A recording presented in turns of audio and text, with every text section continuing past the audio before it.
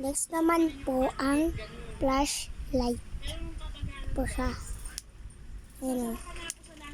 Bap, ganyan. Kung nabili nyo po to, yung pito, tapos ito, kasama po yan. Tapos, ito pang yung flashlight. Tapos, kita nyo po to. Ayan, to. Kailangan nyo po ipataas.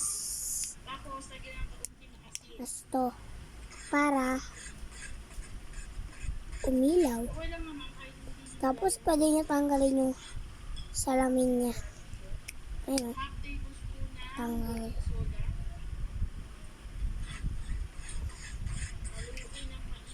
Ayan o. Ayan. Tapos, pwede nyo rin po ibalik.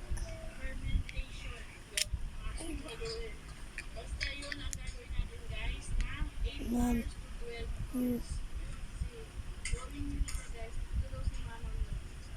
Sige pang ilaw.